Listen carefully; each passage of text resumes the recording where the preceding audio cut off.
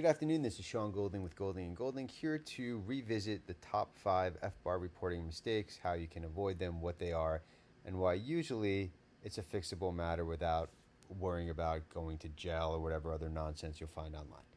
So let's start with some of the FBAR basics first, right? FBAR is foreign bank and financial account reporting. U.S. persons that have certain foreign accounts, assets, and investments are required to file this form each year. Technically, it's not an IRS form, it's a FinCEN form, Financial Crimes Enforcement Network, but really kind of remove the term crime from your thought process. 99% of the time, it's nothing criminal. It's usually U.S. persons who have to file it, so from an individual standpoint, that's going to be U.S. citizens, lawful permanent residents, visa holders, or foreign nationals who meet the substantial presence test. If you're here on like an H-1B, L-1, EB-5, E2, O1, any of those types of visas, B1, B2, you may have to file the form.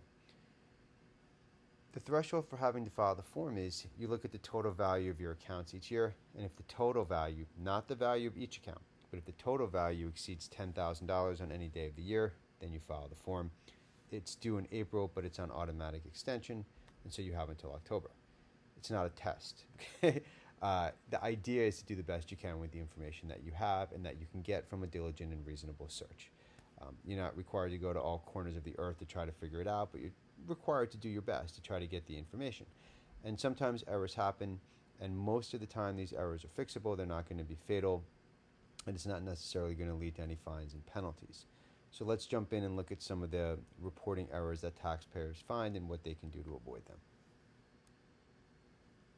So, excuse me, one of the first issues I see a lot of here at my firm is it's not just for U.S. citizens or lawful permanent residents. There's 3 categories, and that catch-all category is important because a lot of times taxpayers will come to us and they'll go, oh, I didn't know I had to file it.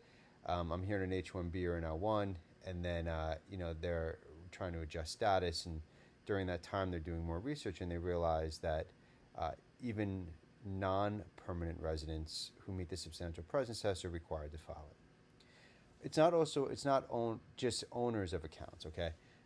Even if you have signature authority over an account, you may have to file it as well. So for example, your sweet grandma put you on the account because she trusts you the most, and if anything was going to happen, she knows you're going to help. So that money's not yours, right? But you can access the account if you needed to. Also, you may work somewhere and maybe you're the financial officer, CFO, something like that, and you have signature authority over the account to issue checks, let's say. Also, it could be sort of a pre-inheritance, and it's a bit of a gray area, but maybe that sweet grandma of yours is intending to give you money down the line, but she didn't actually give it to you yet, but you have signature authority over the account. So in your mind, you're like, the money's not mine. Why do I have to report it? From the IRS's perspective, you have signature authority account. Another issue we see here is accounts that predated U.S. person status. So let's take an example. Let's say in 2025, you're reporting the FBAR for the accounts you had in 2024. It's a snapshot. Like you look at that moment in time between January and December 2024 to see what the maximum account values were. It doesn't matter if the account was opened before you became a U.S. person or not. If it was open during the year that you're reporting for, then you would include that value on the FBAR as well. Some other errors we see here is non-income generating accounts. Okay, so the FBAR has nothing to do with taxes per se, and so you can have a foreign account and that foreign account's not generating any income, it's still reportable. So there's no income requirement to have to include the account. And one of the other big ones we see here on the specific area is retirement and pension. Okay, the IRS published some ambiguous information back in the day that made it seem like pensions aren't reportable. But what they're saying is a U.S. pension that has, let's say you have a 401k or an IRA, and in there you've got some foreign funds, right? You don't have to usually report the funds that are foreign in your U.S. pension on the FBAR.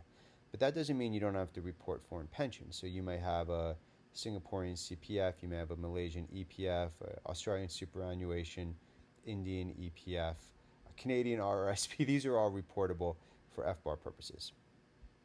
So one thing I see here a lot of too is when people realize they made some mistakes, they just want to do a quiet disclosure, go back and fix everything without telling the IRS, but it's typically not worth it. You get yourself into more trouble then you need to. Most of the time, this is fixed without issue. Quiet disclosure opens you up to significant fines and penalties. Of course, plenty of people do the quiet disclosure and they don't get caught. It's just if you do get caught, then the penalties can be severe.